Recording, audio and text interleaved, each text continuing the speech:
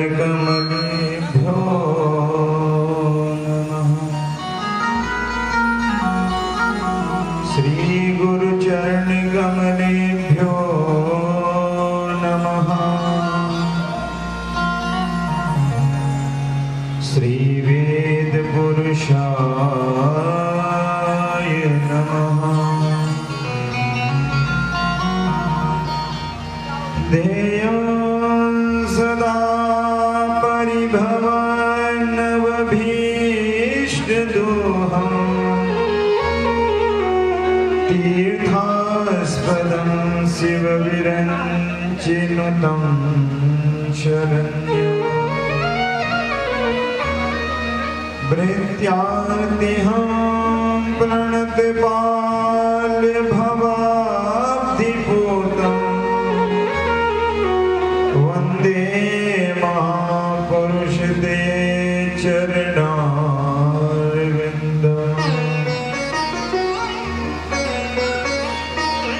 कृष्णत्वदीय पदपङ्कज पञ्जरान्ते अद्यैव मे विशतु मानसराजहंसा।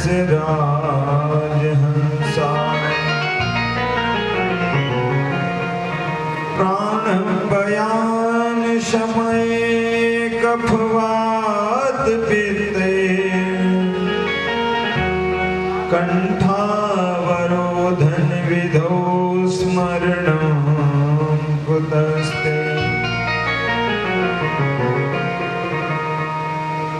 सीतानाथ समारंभां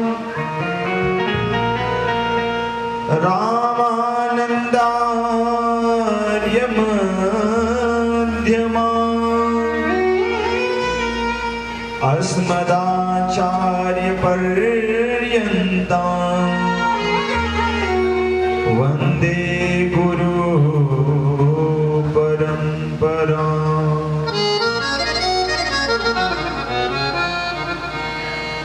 अस्ति स्वस्तरुणीकराग्रविगल कल्पप्रसूनाप्लुतम् वस्तु प्रस्तुत वेणुनादलहरी निर्वाण निर्व्याकुल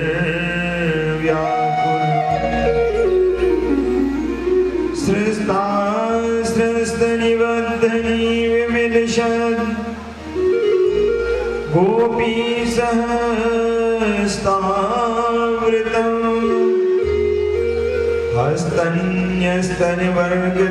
हस्तन्यस्तनवर्गतापमखिलो दारं किशोरा।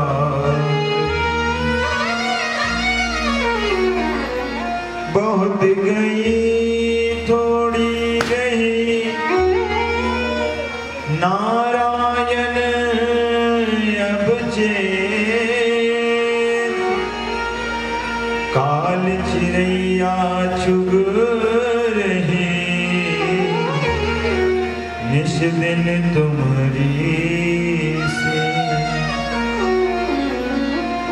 पर ब्रह्म परमात्मा सगुण रूप घनश्याम जो आवे ही द्वार पर सबको सीताराम। हे भारत के सारथी तुमको कोटि प्रणाम है। विनय मेरी सुन लीजियो तुम्हारे हाथ लगा। जन रंजन भंजन विपति लीला धाम लला। श्री राधे जुग चरण सत सत मोर प्रणाम। परम मंगलमय अकारण कारण वरुणालय भक्त वांछा कल्पतरु जनरंजन भवभय भंजन दुष्ट गर्भ गंजन मुनि मन मानस मराल लीला लालाम नीलस्याम। उन काम निकाम अचित अनीय अखंड अजेय बालकृष्ण भगवान की वांगमयी प्रतिमूर्ति शब्दमयी प्रतिमूर्ति श्रीमद् भागवत महापुराण अपने हृदय में बसाकर प्रभु श्री सीताराम जी का दर्शन करते हुए माई महाराज का दर्शन करते हुए श्री हनुमान जी महाराज का दर्शन करते हुए प्रभु की गौरव गाथा में प्रवेश करने से पूर्व प्रभु की पावन स्तुति करें। तू दयाल दीन हो दानी हो भिखारी तू दयाल दीन दानी हो भिखारी दयाल दीन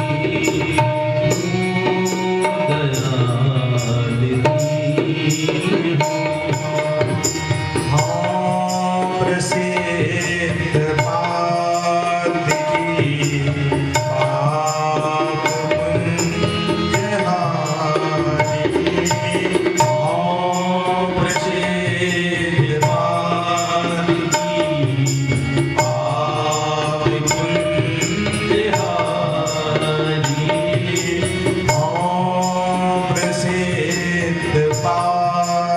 की पाप पुण्यहारी प्रसिद्ध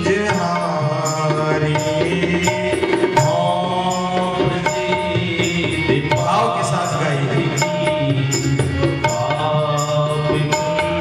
पुण्यहारी प्रसिद्ध बात की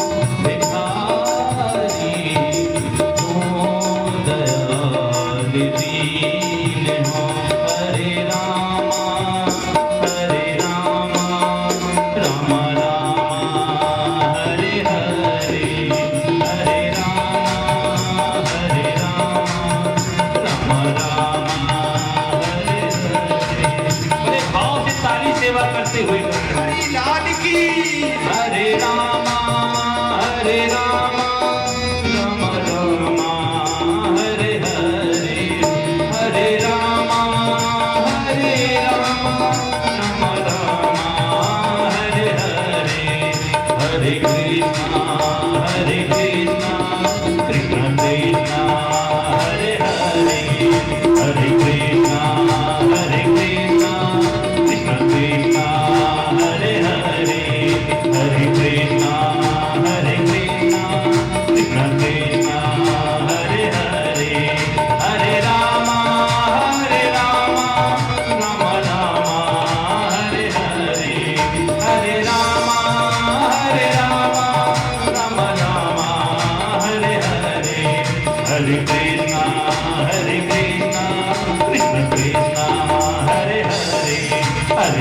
कृष्णा हरे कृष्णा कृष्ण कृष्णा हरे हरे हरे कृष्णा कृष्ण कृष्णा हरे हरे हरे कृष्णा कृष्ण कृष्णा हरे हरे।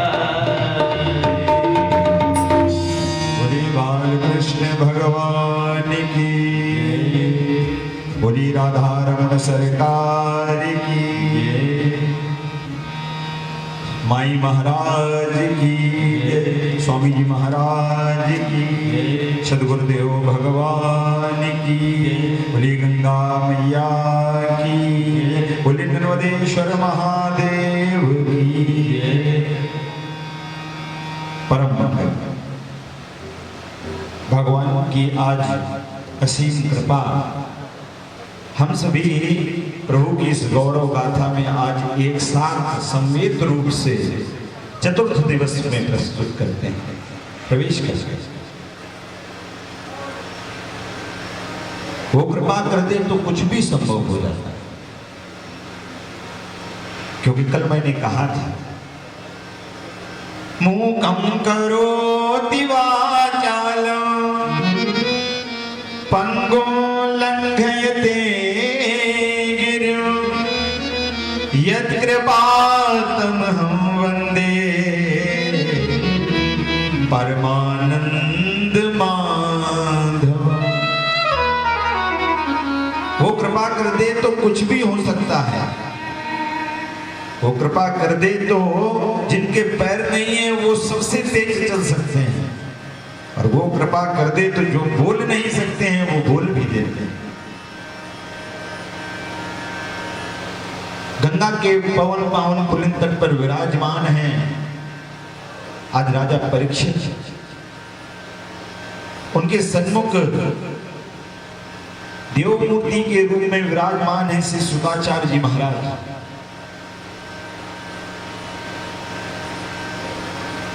कल सुखदेव जी के द्वारा ध्रुव जी की पावन कथा को श्रवण करवाया गया। कितनी छोटी सी आयु में ध्रुव जी महाराज ने भगवान को प्राप्त कर लिया।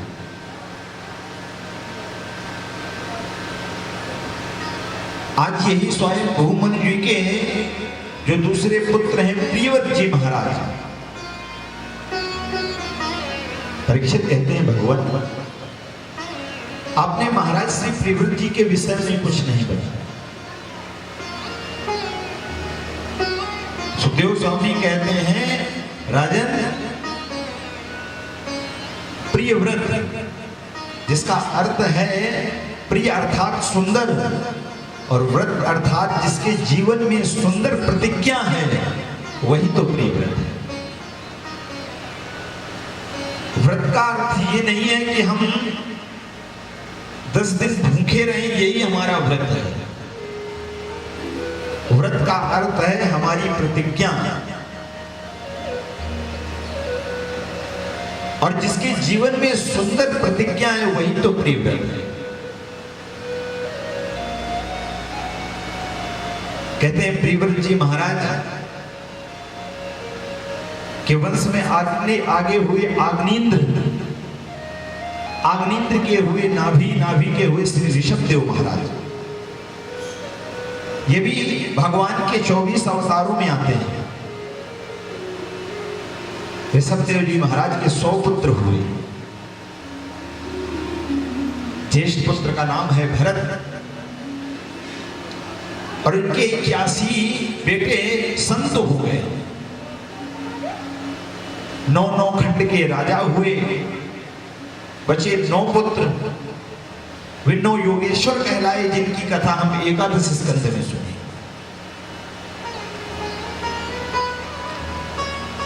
ऋषभदेव जी समय समय पर अपने पुत्रों को शिक्षा दिया करते थे।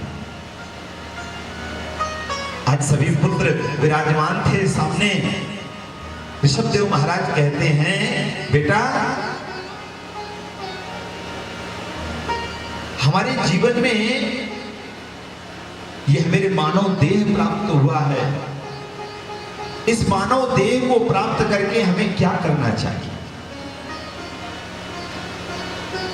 और नियम भी यही है कि समय समय पर हमें अपने पुत्रों को सही शिक्षा देनी चाहिए। महात्मा चाणक्य हुए, वे कहते हैं कि जो माता पिता अपने बच्चों को सही समय पर सही शिक्षा नहीं देते हैं, वो अपने बच्चों के शत्रु होते हैं। माता बैरी पिता शत्रु, ये न बालो न पाठिता। वे माता पिता अपने बच्चों के शत्रु हैं, जिन्होंने अपने बच्चों को सुंदर शिक्षा नहीं दी। तो समय समय पर अपने बच्चों को सुंदर शिक्षा देनी चाहिए। आज ऋषभदेव जी कहते हैं, हमें ये शरीर प्राप्त हुआ है, इस शरीर से हमें क्या करना चाहिए? तो किसी पुत्र ने खड़े होकर के कह दिया, भाई हम तो यही जानते हैं कि पिताजी प्रातः काल उठना चाहिए, सर्वप्रथम तो हमें संध्योपासन करना चाहिए। संध्योपासन करें, थोड़ा फलाहार लें, फिर अपने राजपाट को संभालें, फिर थोड़ा दोपहर में भोजन करें, विश्राम करें, सायंकाल इत्यादि थोड़ा सा क्रीड़ा करनी चाहिए, संध्योपासन करना चाहिए। और क्या पिताजी? ऋषभदेव जी कहते हैं, नहीं बेटा, ये शरीर हमें इसलिए नहीं प्राप्त हुआ है। यदि हमें ये शरीर प्राप्त हुआ है तो हमारा केवल एक उद्देश्य होना चाहिए, संतों का संग करें, संतों की सेवा करें। क्योंकि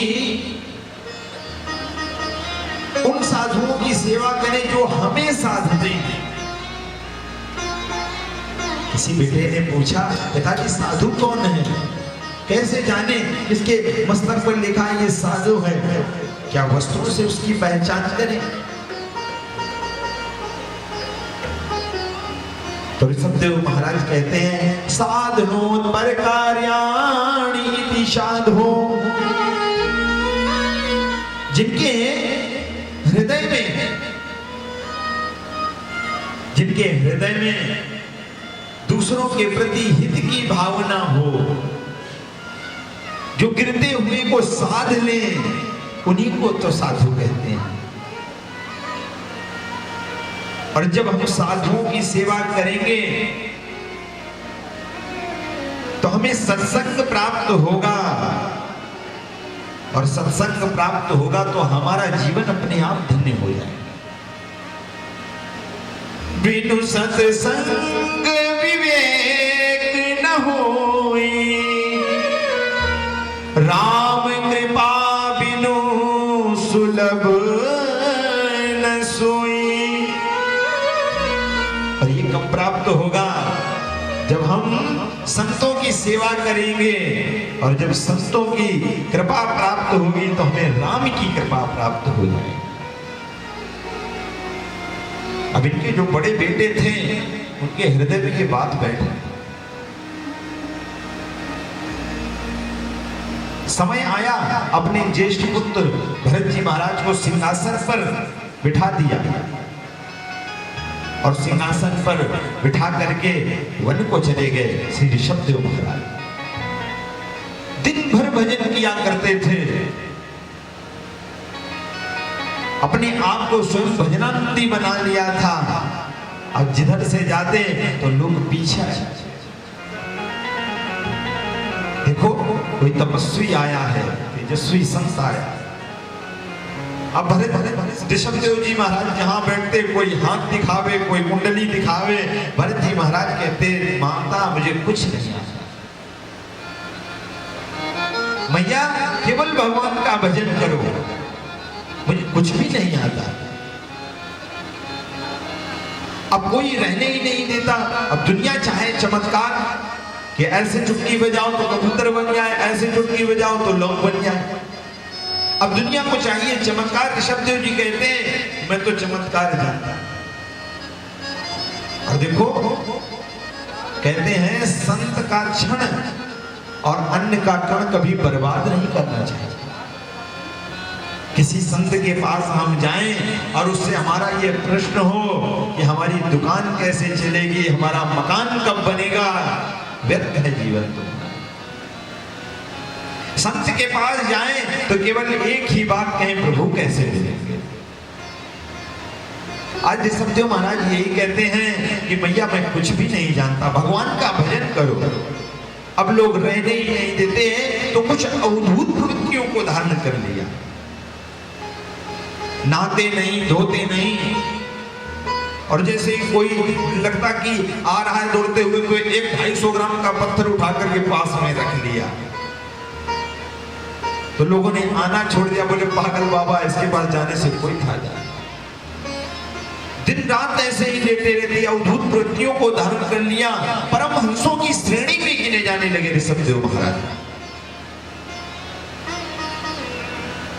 ऐसे परमहंस हुए श्री ऋषभदेव जी महाराज। कहते थे जहां पर मलमूत्र भी त्याग कर देते थे तो वहां तक कोसों तक वहां का जो वातावरण था वो सुगंधित हो जाता था। इतना भजन जीवन में किया था। समय आया और भगवान में लीन हो गए। इन्हीं के जो बड़े पुत्र, ज्येष्ठ पुत्र थे भरत जी महाराज, एक दिन विचार कर रहे थे मैंने अपने जीवन में क्या किया। मेरे पिता तो समय पर शिक्षा दिया करते थे और देखो उन्होंने परमात्मा को प्राप्त कर लिया, मैंने अपने जीवन में क्या किया। तो भरत जी के मन में ये बात आई। अपने ज्येष्ठ पुत्री, इनके पुत्र का नाम है सुमति, और उन बेटे को राज सिंहासन पर राज्याभिषिक्त करके जंगल की ओर चले गए। सुंदर बर्फीला प्रांत, गंडकी नदी का पावन तट, ये वही गंडकी नदी है जहां पर भैया जी हमारे गुरु जी गए थे, वहां से शालिग्राम भगवान लाए। बर्फीला क्षेत्र, और वहीं पर कुटिया बना करके सुंदर भजन करने लगे।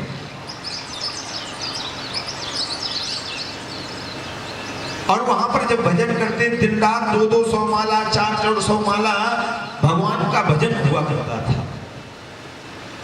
प्रातः काल एक दिन उठे, घटना हो गई। देखते क्या है, सामने सूर्यार्घ दे रहे थे। एक उसी गंडकी नदी के तट पर एक हिरणी जल को पी रही थी, और वह हिरणी गर्भिणी थी। और हिरणी जो होती है बड़ी भीरू होती है, बड़ी भयभीत हो जाती है।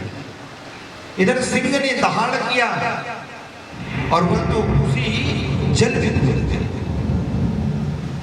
जैसे ही जल में कूदी तो इधर सिंह का भय और इधर हिरणी बर्फीला जल, और उसका तो बीच में ही गर्भस्राव हो गया। और इस ठंडे जल के कारण उसकी तो वहां पर मृत्यु हो गई। अब जब उस नन्हे श्रावक को भरत जी महाराज ने देखा तो आज मन बड़ा द्रवित हो गया, दया आ गई। उस छोटे से नन्हे श्रावक को गोद में उठा लिया, गोद में उठाया और उठा करके अपनी कुटिया में ले आए। सुंदर उसे वस्त्रों को पहनाया, उड़ा दिया, क्योंकि ठंड थी, आग जला। दया करनी चाहिए। कहते हैं प्रेम सबसे करो, ममता किसी से, क्योंकि ममता जो है वो बंधन का कारण है। सब कहे ममता ताग बटोरी, ये ममता जो है ये बंधन का कारण है। और आज महाराज श्री ने उस श्रावक को देखा, दया आ गई, और ये भी करना चाहिए। एक दिन हो गया, 2 दिन हो गया, अब तो वह धीरे धीरे श्रावक चलने लगा। अब उसने तो अपनी माता पिता को देखा नहीं, तो उसे लगता है यही मेरी माँ है, यही मेरे पिता है। भरत जी महाराज उसे गोद में बैठा करके अपने हाथ से पत्ते से उसको रख करके दूध पिलाते थे।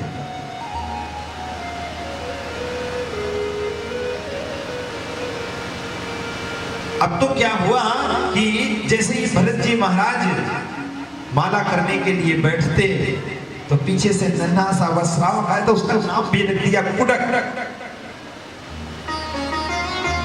और जैसे वो आता तो अपने मुख से, छोटे से मुख से महाराज श्री की पीठ में ऐसे करता, तो महाराज श्री की माला छूट जाती। गोद में बिठा लेते, मुझे पिता मानता है। जहां महाराज श्री की 200 माला होती थी, आज केवल दिन भर में 10 या 12 माला हुआ। दिन भर कुडक कुडक किया करते, अरे कुडक कहाँ हो? और जैसे उसको बुलाते तो उछल करके आ जाता। अब महाराज जी का ज्यादा समय उस कुडक की सेवा में बीतने लगा। और भजन तो आए थे हरि भजन सो ओढ़ने लगे कपास। यहां जब आए तो भजन तो छूट गया, और अब तो कुडक कुडक ही किया। एक दिन उन हिरणों का झुंड आया, जाने कहां से वो हिरण का जो बच्चा था, श्रावक था, वो उन्हीं के झुंड में अपने साथियों को देखा चला गया। वो तो महाराज जी इतना बिहल हो गए, इतनी ममता लगा करके बैठे थे। उस कुडक को याद करते करते, हिरण श्रावक को याद करते करते महाराज ने तो अपने प्राणों को त्याग कर दिया। अंते मति सागति, कहते हैं अंत समय में जिसका हम चिंतन करते हैं, हो सकता है वही हमें बनना पड़े, क्योंकि अंत समय में बड़ा कठिन व्यवस्था होती है कि जन्म जन्म मुनि जतन कराई, अंत राम कहीं आवत नहीं। अंत समय में भगवान का नाम निकलना बड़ा कठिन है। तो आज महाराज श्री तो उस कुडक को याद करते करते महाराज श्री को तो हिरण बनना पड़ा। महाराज जी हिरण के जामों को भी पा करके केवल भगवान का ही भजन किया करते थे। जंगल में आग लग गई और उसी जंगल में अपने शरीर को छोड़ दिया महाराज ने। अगला इनका जन्म हुआ आंगिरस गोत्र एक ब्राह्मण के यहां, जिनके 2 पत्नियां थी। कुछ इनके भाई बहन और थे, ये थे, और वे छोटे थे भरत जी महाराज। यहां पर इनका जन्म हुआ और भगवान की कृपा से इस जन्म में भी नाम इनका भरत हुआ। अब छोटे थे, बड़े लाडले थे अपने पिताजी के, तो पिताजी ने देखा, बोले इसकी कुंडली देखता हूं तो लगता है बड़ा तत्व ज्ञानी है ये, तो परम विद्वान होना चाहिए इसको। यज्ञोपवीत संस्कार कर दिया। यज्ञोपवीत संस्कार हुआ महाराज श्री का, और यज्ञोपवीत संस्कार जब हो गया, गायत्री मंत्र दे दिया, गायत्री मंत्र याद कर लिया, और महाराज जी ने मन में सोचा कि पिताजी का मेरे भाव ये रहता है कि मैं इसको परम विद्वान बनाऊं। आज कहते हैं इसे गायत्री मंत्र याद करवा दूंगा, कल कहेंगे इसको गृह शांति याद करवा देंगे, परसों कहेंगे यजमान के घर में बेटा हुआ है जाकर के नामकरण कर आओ, फिर कहेंगे रुद्र याद कर लो, रुद्राभिषेक करवाया। ऐसा ना हो मैं जिस चीज से बचना चाहता हूं मैं उसी में फिर फंस जाऊं। महाराज जी बोलते नहीं हैं। और जैसे ही देखा, कहा गायत्री मंत्र याद करके सुनाओ मुझे। तो भरत जी महाराज आज उस गायत्री मंत्र को सुना नहीं पाए, या आता सब है लेकिन सुनाया नहीं। बोले सुनाएंगे तो होगा क्या, पिताजी कल दूसरा चैप्टर दे देंगे, आज इसको याद कर लिया। आज 40 दिन बीत गए लेकिन महाराज जी ने कुछ भी नहीं सुनाया। जब सुनाया नहीं तो कहते हैं मेरी आज ज्योतिष फेल कैसे हो रही है, मुझे तो लगता है इसका भरत नहीं, इसका नाम जड़ भरत होना चाहिए। इसके कार्य तो सब जड़ता पूर्वक हैं, नाम हो गया जड़ भरत। जड़ भरत जी महाराज अब जब तक पिताजी रहे तब तो ठीक ठाक जीवन बीतता रहा, दिन भर भजन किया करते हैं। इनके और जो भाई बहन हैं, अब वो जब देखते हैं तो कहते हैं देखो दिन भर पड़े पड़े खाया करते हैं, ना कुछ काम करते हैं ना कुछ ना करते हैं। तो बोले क्या करें, बोले इनको खेतों में इनकी ड्यूटी लगा दी जाए। कुछ बोलते नहीं, कोई बासी भोजन भी दे देता है तो उसको भी भगवान का प्रसाद मान करके खा लेते हैं। आज भरत जी महाराज को जब घर ले गए, वहां खेत पर ले गए और बोले देखो भैया ये खेत है और उस खेत की तुमको जुताई करनी है, उसको जोतना है बैलों से। भरत जी बोले ठीक है। भरत जी बोले यदि आज हमने इस खेत को यदि हमने जोत दिया तो कल से हमारी यही ड्यूटी लग जाएगी, जितने भी खेत होंगे सब में हम दिन भर खेत की जुताई ही करते रहे। तो बोले इशारा किया कैसे जोतना है, तो बैल का हल पकड़ा दिया और बोले ऐसे चलो, और एक खेत में चारों तरफ एक रागी बना दी। अब भरत जी महाराज सोचे ये ठीक है, बोले कर लोगे, बिल्कुल कर लेंगे। इशारा किया जाइए, चले गए। और शाम को जब भाई लौट करके आए तो उसी रागी पर देखते देखते कम से कम 60 फुट नीचे भरत जी महाराज हल चला रहे थे, कुआं बना दिया। अब भरत जी महाराज जब ऐसे आए बोले अरे ये तो बिल्कुल पागल है, यहां से काम नहीं होगा। बोले भैया कोई दूसरा कार्य सोचा जाए। तो सुंदर मक्का जो होता है उसकी खेती खड़ी हुई थी। तो बोले देखो ये चिड़ियां आती हैं, इनका जो बीज होता है वो नष्ट कर देती हैं, तो हम ये चाहते हैं कि आप यहीं पर लें और यहीं से जोर जोर से इनको यहीं से भगाएं, जैसे ही वो खेत पर बैठे आकर के। ठीक महाराज जी सोचे आज भगा दिया तो कल से पूरे गांव की खेती में हमारा ये नंबर लग जाएगा। आज महाराज जी बैठे और बैठ करके विचार करते हैं, देखो ये संसार परमात्मा ने बनाया है, और देखो हम लोगों की तो ये व्यवस्था दी है कि हम लोग किसी की नौकरी भी कर सकते हैं, और हमारे ये पशु पक्षी जो हैं ये किसकी नौकरी करेंगे। अब बताइए ये राम जी का संसार है, ये राम जी का खेत है, और ये राम जी की चिड़ियां हैं, और फिर भी जो है हम इनको भगाएं, तो ये क्या बात है। तो सबको एक एक पत्ते तोड़ लाए और सब पत्तों में जल भरा, और एक एक वृक्ष पर पूरे दिन में जो है उस दुनिया को जल भर के टांग दिया। और निवेदन करते हैं आप आओ यहाँ ये खाओ और जल पियो, फिर जाओ। राम जी की चिड़िया राम जी को खेत, राम जी की चिड़िया राम जी को खेत, खाओ चिड़िया भर भर पेट। राम जी की चिड़िया राम जी की खेत, राम जी की चिड़िया राम जी की खेत, खाओ चिड़िया भर भर पेट। राम जी की चिड़िया राम जी की खेत, खाओ चिड़िया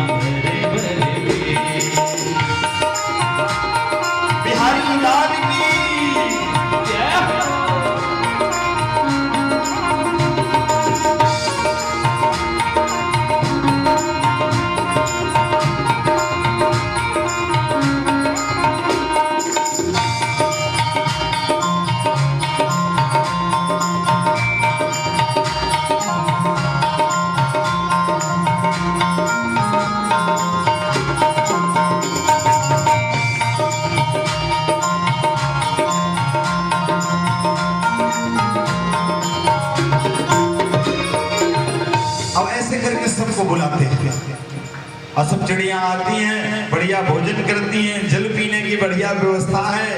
और जब शाम को भाई लोग आए तो खेत सफा चट्ट मैदान। बोले अरे इसने तो बिल्कुल हद ही कर दी। बोले भैया खेती बाड़ी का काम इनके बस का नहीं है। बोले क्या करें? बोले इनको सीधे घर में ड्यूटी लगवा दो, और वहीं तो सुरक्षित नहीं तो ये और लोगों का भी कर देंगे तो झगड़ा हो जाएगा।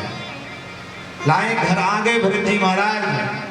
अब भाभियां बड़ी होशियार, हाँ भाभी के देवर बेस्ट जेवर, भाभी के देवर जो होते हैं वो तो जेवर होते हैं। तो भाभी ने कहा देखो हम इनसे काम करवाएंगे। बोले देखो ऐसा करो, ये बर्तन है, अब तुम्हारी ड्यूटी है कि ये जो है बर्तन तुमको धोना है। भरत जी महाराज बोले ठीक है चलो धुल जाएंगे, एक बार दो बार धुलना होगा। बोले 2-3 दिन के बर्तन पूरे ला करके रख दिए कि भरत जी महाराज 2-3 दिन तक धोते रहते फिर भी नहीं साफ होते। अब ला करके रख दिए, देखो इनको ऐसे धोना है तुमको। एक बार एक कटोरी लिया और उसको धुल करके बताया, और डलिया जो थी थोड़ा दूर रख दिया। और बोले देखो क्योंकि जानते हैं ऐसा ना हो ये मिला दे इसी में, तो बोले इनको धोना ऐसे दूर से फेंक देना। बोले ठीक। अब भरत जी महाराज कटोरी को धोए और धो करके सोचे देखे इधर उधर भाभी नहीं देख रही थी, लिया ऐसे और लेकर के ऐसे फेंका तो सीधे दीवार के बाहर। और जब शाम को देखा भाभी ने सोचा कि 2-3 घंटे का काम तो हो ही गया। और जब आ करके देखा तो हुआ क्या? बोले सारे बर्तन घर के बाहर भगा दिया भरत जी महाराज। बोले ये घर के लायक भी नहीं, इनको ले जाओ यहां से। कोई परवाह, भगवान का भजन करते हैं, दिन रात चले जा रहे हैं। चाह गई चिंता मिटी मनुआ बेपरवाह, जिनको कछु न चाहिए वाही सहन, कोई परवाह नहीं, चले जा रहे हैं।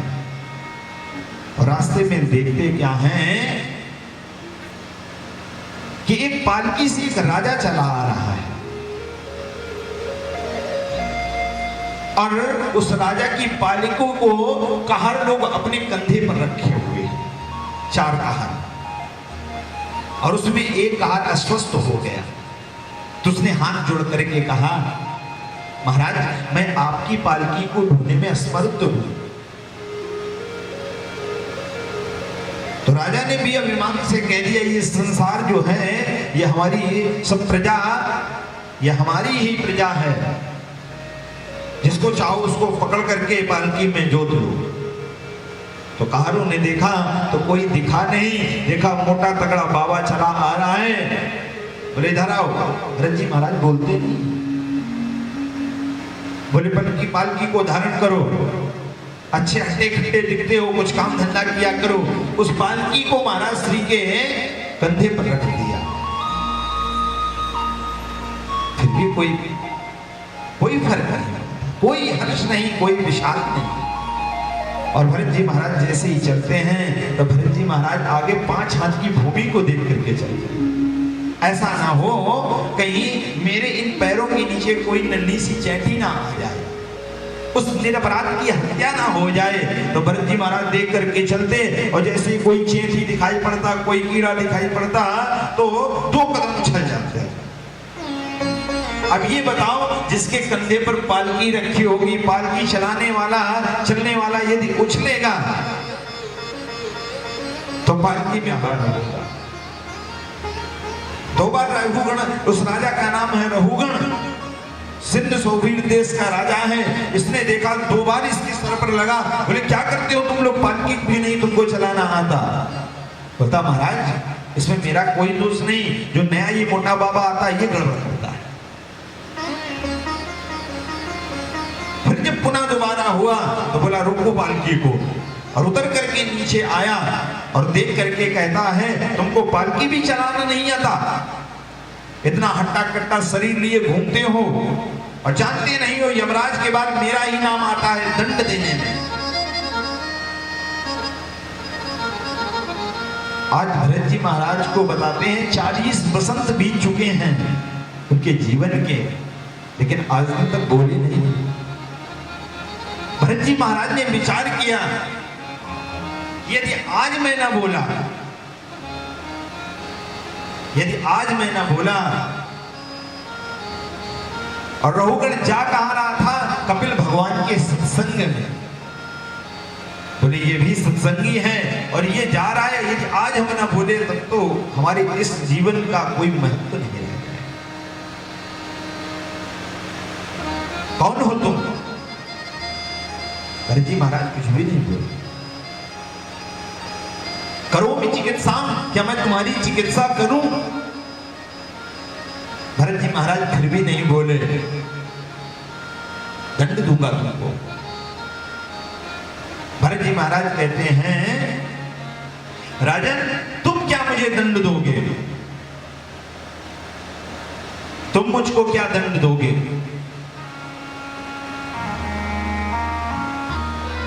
भर तुम समे स्याद्यति वीर भारः,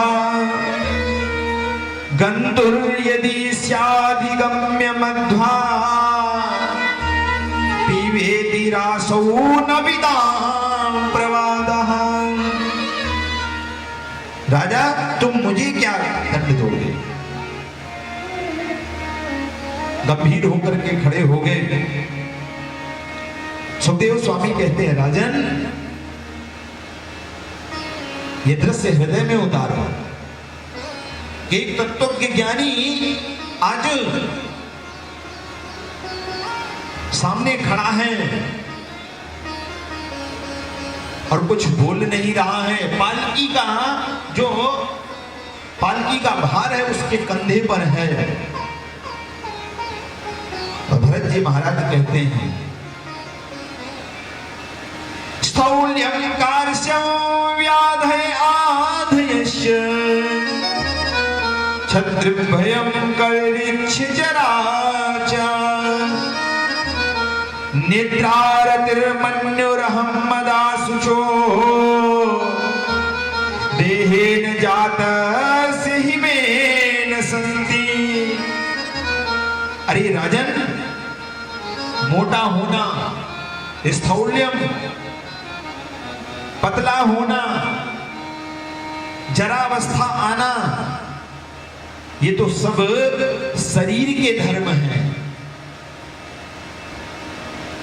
और तुम कहते हो तुम तो जीवित ही मुर्दे के समान प्रतीत होते हो। तो मैं तो ना कभी मरता हूं ना मैं ही जीवित रहता हूं। तुम जो मुझको समझ रहे हो मैं हूं नहीं हो। और सुनो, मैं प्राण नहीं हूं, मैं शरीर नहीं हूं, मैं बुद्धि नहीं हूं, मैं शरीर भी नहीं हो सकता। और तुम मुझे क्या दंड दोगे? राजन एक बात बताओ, इस पृथ्वी के एक टुकड़े पर दूसरा टुकड़ा रख दो और दूसरे टुकड़े को उठा करके उसके ऊपर रख दो, फिर उसके ऊपर एक टुकड़ा रख दो, क्या पृथ्वी पर कोई भार होगा?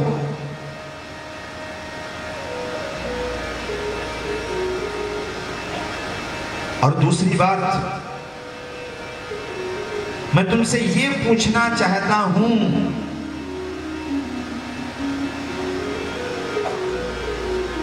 कि तुम आटा को पीस करके मैदा बना सकते हो, क्या मैदा को पीस करके भी कुछ बना सकते हो? तुम फूलों को निचोड़ करके उनका इत्र बना सकते हो, क्या इत्र को भी निचोड़ करके कुछ बना सकते हो? राजन, इसी पृथ्वी का एक टुकड़ा है ये पालकी, और इसी पृथ्वी का एक टुकड़ा है जो तुम्हारे सामने ये खड़ा है भरत, और उसी पृथ्वी का एक टुकड़ा है ये सामने मेरे खड़ा हुआ रहुगण। और इस एक टुकड़े पर दूसरा टुकड़ा पालकी का रखा हुआ है, तीसरा टुकड़ा रहोगण, इस पर क्या मुझे भार होगा? जैसे ही इतने गूढ़ शब्दों को सुना तो आज हाथ जोड़ करके कहता है, कौन होगा और आप क्या कहना चाहते हो? आपकी भाषा मुझे समझ में नहीं आ रही, मेरे ऊपर से निकल रही, आप क्या कहना चाहते हो? और आपकी इस मोटे से जनेऊ को देख करके लगता है आप ब्राह्मण हैं। कौन हो आप? बड़ी जोर से मुस्कुराए भरत जी महाराज, कहते हैं, मूर्ख हो तुम। ये तुम्हारा चौथा प्रश्न भी ये मूर्खतापूर्ण है कि कौन हो तुम? अरे मैं कौन हूं? रहुगण, जो तुम हो वो मैं हूं, जो मैं हूं वो तुम हो। राजन, इस पृथ्वी पर 100 घड़े भर करके रख दो और 100 घड़ों को भर करके उसमें जल भर दो और उसमें तुम सूर्य को देखो तो तुम्हें 1000 सूर्य दिखाई पड़ेगा, लेकिन सूर्य तो एक ही है।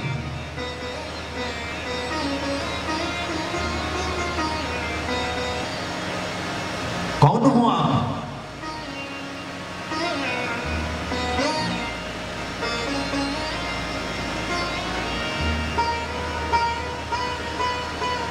कस्तम निगूढ़ जाना विभर्षि सूत्रम कतवो बुधूता। अब ब्राह्मण प्रतीत होते हैं, कहीं कपिल भगवान ही तो नहीं जिनके सत्संग में मैं जा रहा हूं, मेरे अहंकार को दूर करने के लिए आप आए हैं। कौन है आप? और प्रभु कुछ सरल भाषा में कहें, मुझे समझ में नहीं आ रहा। राजन, आत्मा की अनुभूति कैसे हो? आत्मा का ज्ञान कभी तपस्या से नहीं होता। आत्मा का ज्ञान कभी घर छोड़ करके वन जाने से भी नहीं होता। आत्मा को तो केवल हम चिंतन के द्वारा जान सकते हैं।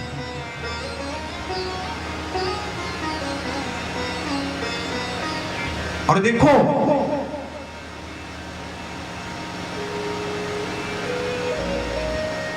मैं भी तुम्हारे जैसा ही राजा था।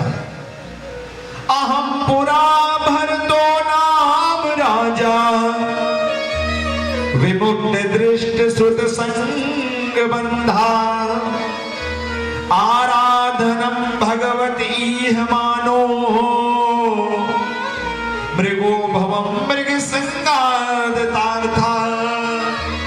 देखो, मैं पूर्व जन्म में भरत नाम का राजा था और आज मेरा कुछ ऐसा कारण हुआ जिसके कारण मुझे मृग बनना पड़ा, और उस मृग के बाद देखो आज मैं पुनः मानव जीवन में आ गया, केवल आत्मचिंतन के द्वारा और भगवान के चिंतन के द्वारा। राजन, मेरी एक क्षण मात्र की भूल के कारण मुझे मृग बनना पड़ा। कहता है, महाराज हम ये जानना चाहते हैं कि ये आत्मा रहती कहां है? शरीर में। तो हम ये चाहते हैं, क्या इस शरीर को यदि कष्ट दिया जाएगा तो क्या आत्मा को कष्ट नहीं होगा?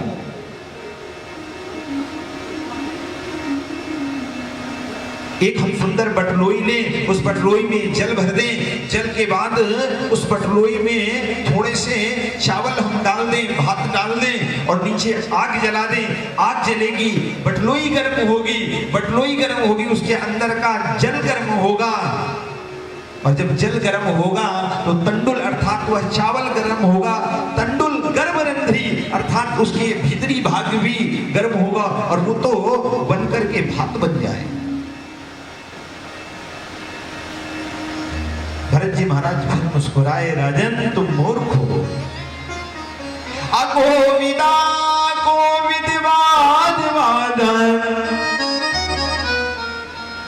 अरे राजन, तुम तो ज्ञानी होकर अज्ञानियों जैसी बात करते हो।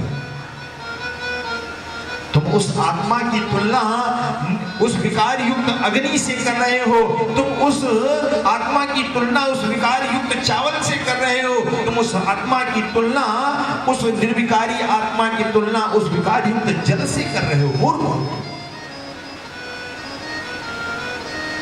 अब तुम्हारी बात का ही हम उत्तर देते हैं। उस गर्म बटलोई में नीचे आग जल रही है, बटलोई है, बटलोई में जल है, और उस जल में उस चावल की जगह एक पत्थर का टुकड़ा डाल दो। पत्थर को क्या बना दोगे तुम? महाराज मेरा अपराध क्या है? अभिमान से भरा हुआ था वो राजा। और ये आपको पता है ये राजा कौन था? ये रहुगण वही राजा था, ये वही रहुगण है जो पूर्व में भरत जी के महाराज के पास में जो मृग श्रावक आया हुआ था, ये वही मृग श्रावक राजा रहुगण बन करके आया। इसका पूर्व जन्म जो था वो मृग श्रावक था, कुडक था। और आज ये जब मृग श्रावक यहां पर राजा बनकर के आया, अभिमानित है राजा, तो भगवान ने इसके अभिमान को दूर करने के लिए इसे इतना सुंदर उपदेश दिया। तुरंत पालकी को छोड़ दिया, सत्संग करने के लिए जा रहे हैं, पालकी पर बैठ करके जाएं, अभिमान दूर हो गया, पैदल ही चल पड़ा। कथा सुनने को जाइए तजी माया अभिमान, ज्यों ज्यों पग आगे बढ़े कोटिन्य समान। बोध हो गया, ज्ञान हो गया, अहंकार था दूर हो गया। भरत जी महाराज ने कृपा करी रघुगण के ऊपर, और जैसे ही भरत जी महाराज आगे बढ़े तो देखते क्या हैं कि कुछ कुल भील लोग जो थे वो एक नरबलि करने जा रहे थे, और जिस व्यक्ति की नरबलि करने जा रहे थे मौका पाया वो तो निकल गया। अब देखते क्या है कि बलि का समय हो चुका था, और सामने जो है श्री जनभरत जी महाराज चले आ रहे थे भगवान का भजन करते हुए। और जैसे ही भजन करते हुए आ रहे थे, वीरों के सरदार ने कहा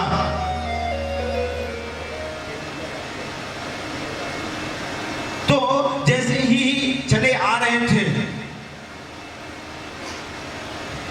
तो देख करके भरत जी महाराज को ही पकड़ लिया और ला करके देखा बलि का समय हो रहा था, दे दी जाए। और भरत जी महाराज को जैसे ही उस पर रखा गया और उस हथियार को उठाया गया, वही परवाह। अरे इससे अच्छा मेरा बेहतर जीवन क्या होगा कि आज माई महाराज के चरणों में मेरा जीवन समर्पित हो जाए, इससे बड़ा मेरा सौभाग्य क्या होगा। और मैया ने जब देखा तो मैया बोली, हम कब कहते हैं कि तुम हमारी बलि करो, ये तो तुम लोग अपने स्वार्थ के पीछे करते हो। मैया ने सोचा इतना बड़ा तत्व ज्ञानी यदि मेरे चरणों में उसका यदि संहार हो गया तो ये क्या होगा। देखते ही देखते जोर से आवाज आई, मूर्ति फट गई, भद्रकाली मैया प्रकट हो गई।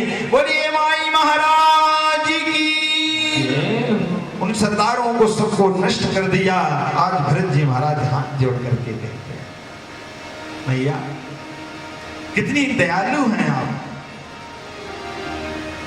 आप सुमगना स्मरण तुदिया करो दुर्गे करुणा नहीं तक्षण तुम मम भाव ये था क्षुधाति सारता जननिम स्मरन्ति। अरे भैया क्यों नहीं आप कृपा मुझ पर करेंगी। आप सुमगना स्मरणम तुदीयम। अरे ये तो मेरी सख्ता है कि जब मेरे ऊपर मैं विपत्तियों में घिर जाता हूं तब मैं आपको स्मरण करता हूं, लेकिन इसमें मेरी आप सख्ता मना माने।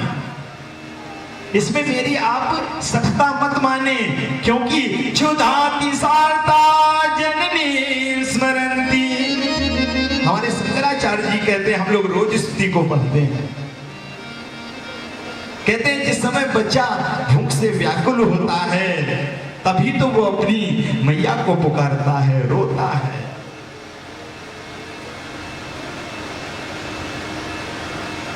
जगदम्ब विचित्र मत्र किम परपूर्णा करुणास्ति चेन्मयी, अपराध परंपरा परम नहीं माता समुपेक्षिते सुतम। हे मैया, जिस योग्य मुझे माने, अरे ये तो मेरा परम सौभाग्य है कि मैं आपके चरणों में आ गया। और मैया, जिस योग्य मुझे माने वैसी कृपा आप करें। यथा योग्यम तथा गुरु। आज देखते ही देखते प्रकट हो गए, भरत जी महाराज ने बड़ी सुंदर स्तुति करी। चले हम लोग भी उस स्तुति को। मन मंदिर में माँ को बसा, मन मंदिर में माँ को बसा, कर दे जीवन माँ की हवाई, कर दे जीवन माँ की हवाई। मन मंदिर में माँ को बसा ले, मन मंदिर में माँ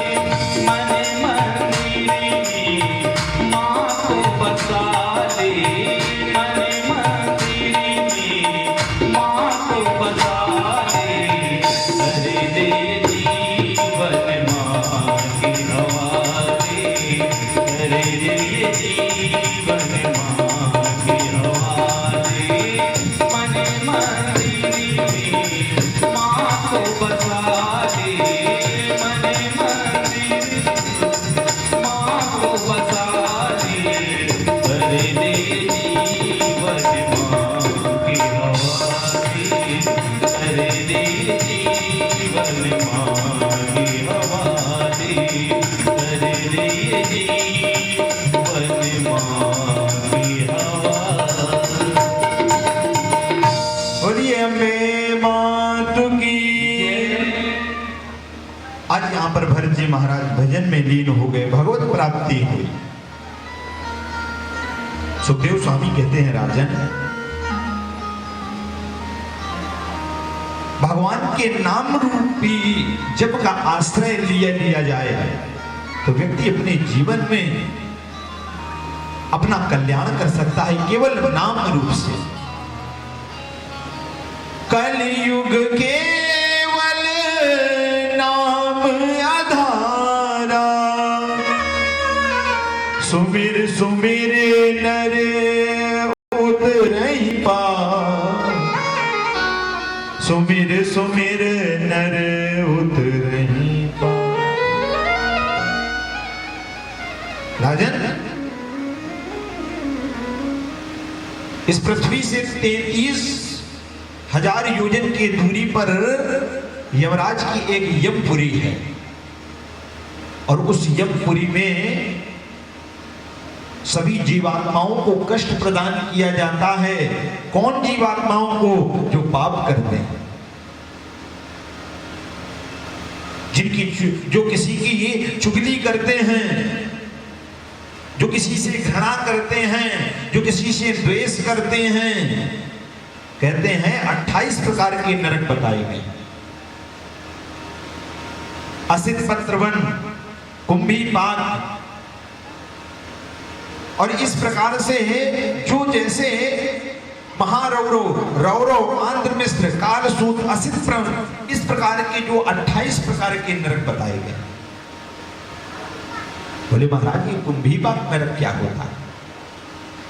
बोले कुंभीपाक नरक होता है, बोले एक बड़ी सी कढ़ाई है, बड़ा सा चूल्हा, उसमें हजारों मन तेल उबल रहा है, और मरने के बाद एक सूक्ष्म शरीर प्रदान किया जाता है, यातना देह जिसे कहते हैं। और जो जैसा पाप करता है, बोले जो किसी की हिंसा करता है, देवालय में हानि पहुंचाता है, देवालय में चोरी करता है, झूठ बोलता है, बोले उठा करके उनको, जो माता पिता का सम्मान नहीं करता, गुरु का सम्मान नहीं करता, बोले उनको उठा करके उसी कढ़ाई में डाल दिया जाता है। मरे होते हैं, मर सकते नहीं, यातना देह मिला है, केवल मरने से ज्यादा भी कष्ट होता है। और फिर एक असित नाम का वन है, वहां पर बड़े तीखे तीक्ष्ण पत्ते बने होते हैं, उन्हीं पत्रों पे यमदूतों के द्वारा उन्हें दौड़ाया जाता है, और जब दौड़ नहीं पाते, गिर जाते हैं, तो कहते हैं जो यम के दूत होते हैं वो अपने यम पास को गले में फंसा देते हैं, और उसी गले में फंसा करके उनको खींचते हैं, और उसी असित पत्र वन से लेकर के जाकर के जाते हैं। महाराज जी इतना, राजा परीक्षित सुन रहे थे, कांपने लगे। महाराज मुझसे तो बड़ा अपराध हुआ है, मैंने तो बड़ा संतों का अपमान कर दिया है, क्या मुझे भी जाना पड़ेगा? सुखदेव स्वामी कहते हैं नहीं राजा, क्योंकि यहाँ पर सुखदेव स्वामी को महिमा का वर्णन करना था, इसलिए यहाँ पर आज भगवान सुखदेव सुखाचार्य जी नाम की महिमा का वर्णन करते हैं। केचित् केवलया भक्त्या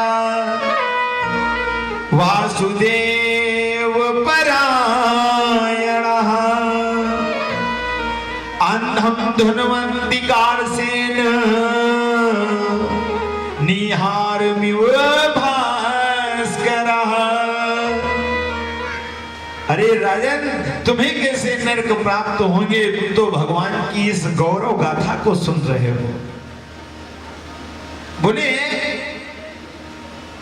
कष्ट तो उनको प्राप्त होता है, नरक तो वो जाते हैं जो भगवान का कभी अपनी जिह्वा से नाम नहीं लेते, उनको नरक जाना पड़ता है। और जो भगवान का कीर्तन करते हैं, जो भगवान के चरणों में विलीन रहते हैं, उनको कभी नरक का तो दर्शन ही नहीं करना पड़ा। देखो, नाम की महिमा का दर्शन करवाते हैं। सकन मनः कृष्ण पादार